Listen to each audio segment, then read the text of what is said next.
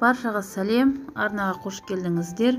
Бүгін осындай саламан өрнектермен орамал тоқуды көрсететін боламын. Тоқылу жолы өте оңай әрі өте әдемі шығады. Мына қызыл түрінен де тоқыдым, бірақ қызыл түрі мына камераға анық көрінбейтін болғандықтан ақ түрімен көрсетейін деп шештім. Мен иран жібімен тоқыдым, жылтырағы араласқан. Жіптің аты роз деп аталады екен. 100 граммды жіп. Осы 100 граммнан 2 орам жіп кетті, және 3-4 өлшемдегі ілмек бізбен тоқылады делінген екен. Мен 3 өлшемдегі ілмек бізбен тоқимын.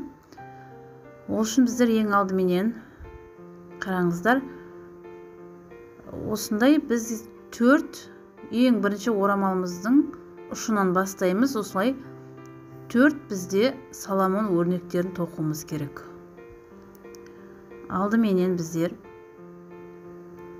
жібімізді аламыз және бір ілмек жасап аламыз. Соң 4 бос шалма іліп аламыз. 1, 2, 3, 4. Төртеуін біріктіресіздер домалақ шеңбер жасап.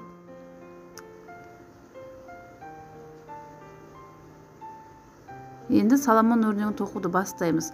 Бұл өрнекті әдемі шығу үшін барлық өлшемі бірдей болу керек. Сол кезде әдемі болады. Орамалыңыз болса да, немесе жакет тоқсаңыздар да бірдей болу керек. Басында қиналсаңыздар, осылай саусаңыздың мына сызығына қойып, осылай өлшеп алсаңыздар болады. Өздеріңізге ыңғайлы. Мен осылай тоқып басында үйренгенмін. Осы тоқылған жерін қолыңызбен ұстайсыз да, біріктіреміз. Артында осындай жіп пайда болады. Енді ілмек бізімізді сол жіптің артқы жағынан кіргізіп, жұмысшы жіпті шығарамыз да, шалмасыз бағаншаменен біріктіріп, бір рет тоқып аласыздар. Бізде біреуі дайын болды. Қараңыз, мына тоқылған түйін тұр ғой, сол жерде қолыңызбен осылай ұстайсыз. Артында осындай жіп қалады, содан кіргізіп, екінші өрнегімізді жасаймыз.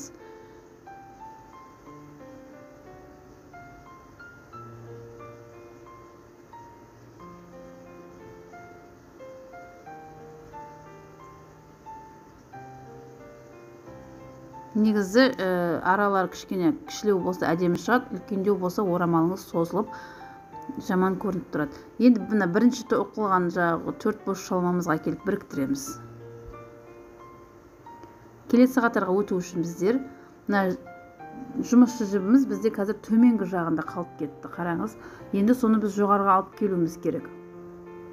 Ол үшін біздер қазір аламызда жұмысшы жіпті екінші қатарға көтеруіміз керек. Ол үшін былай жасаймыз. Мына жібіміз қазір осы жерде тұр ғой. Енді бір саламон өрнегін жасаймыз да, мына жанындағы мына түйінге алып келесіздер. Екі өрнектің біріккен жері бар, сол жерге алып келіп тоқимыз. Қараңыз, жібімізді созамыз да, саламон өрнегінен біреуін жасаймыз. Соң айналдырамыз.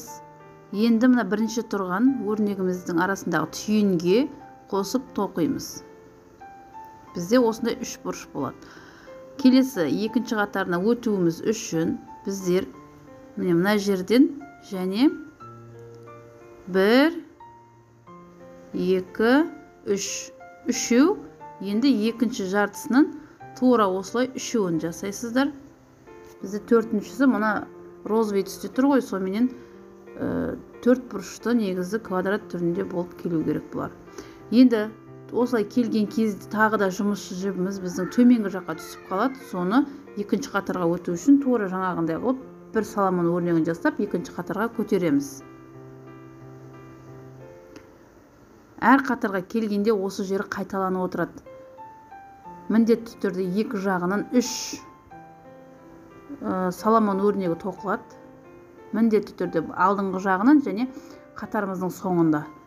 Және ортадағы түйінге алып келіп осылай тоқисыздар.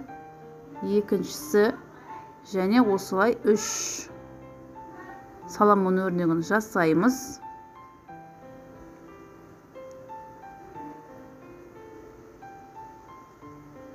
Келесі түйіннен тоқисыздар біріктіріп. Келесі қатарға өтуіміз үшін жаңағындай қылып бір соломон өрнегін тоқимыз. Бұл үнемі қайталанады. Әр қатарға келген кезде осы айналдырып бір соломон өрнегін жасайсыздар да, айналдырып осылай біріктіріп отырасыздар. Енді кішкене өзгеріс болады. Қараңыз, бізде енді 2 ұяшық болды. Әр қатарға келгенде бір ұяшықтан қосылып отырады. Келесі қатарға келеміз. Мына жерде тоқыдық қой енді. Және осылай 3 соломон өрнегін жасаймыз. Соң ортадан екеуін жасаймыз. Екінші жағы орамалымыздың екінші ұшына келгенде үшеуін жасаймыз. Жұмысшы жібіміз төменге келеді. Соны алдыңғы қатардағыдай жоғарыға әкеліп жалғастырамыз. Міне осылай әр қатарда 1, 2, келесі қатарда 3, келесіде 4 болып осындай бір ұяшықтан қосылып отыратын болады. Ал енді келесі қатарда бұл міндетті түрде 3 қатарымыздың басында 3 соломон өрнек міндетті түрде тоқылады. Соң орталарына келгенде қараңыз, енді мына бірінші тұрғанда түйін бар ғой. Кішілеу түйін тұр ғой, үлкен емес. Соған біріктіресіздер. Енді ортада тұрған мына үлкен түйінді тастаймыз. Оған тоқымайсыздар еш нәрсе. Енді 2 соломон өрнегін жасаймыз. Негізгі схемаға мән берсеңіздер, өте тоқылу оңай. Келесі үлкенді тастаймыз да кішілеу түйіннен біріктіріп тоқисыздар. Үнемі тек қана кіші түйіннен біріктіріп отырасыздар. Әр қатарға келгенде. Енді біздер 3 соңғы қатарымыздың соңғы бөлігіне келдік қой. Аяқ жағына келдік, яғни аяқ жағына келгенде де міндетті түрде 3 соломон өрнегі тоқылады. Осылай бірінші түйінге біріктіресіздер.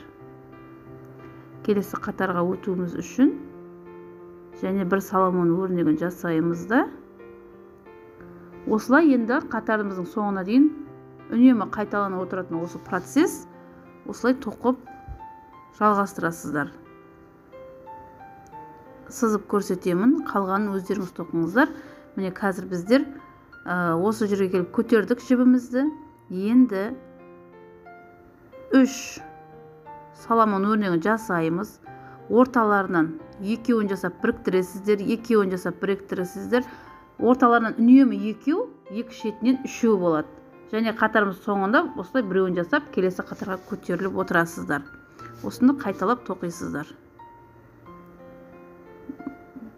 Мінекей, шетінен 3, ортадан үнемі екеу болып отырады.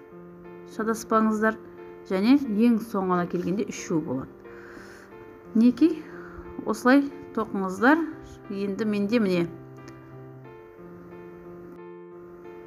Салыстырып қарасақ, екеуі бірдей. Өзіңізге қажетті өлшемде тоқисыздар. Менде мына ұяшықтары 45 болғанға дейін тоқыдым. Сол маған жеткілікті болды.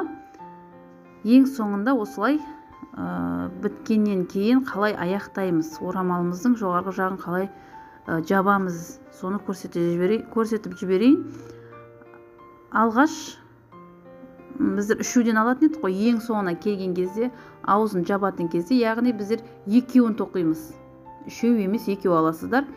Бірінші ілмекке осылай кіші түйінге біріктіреміз.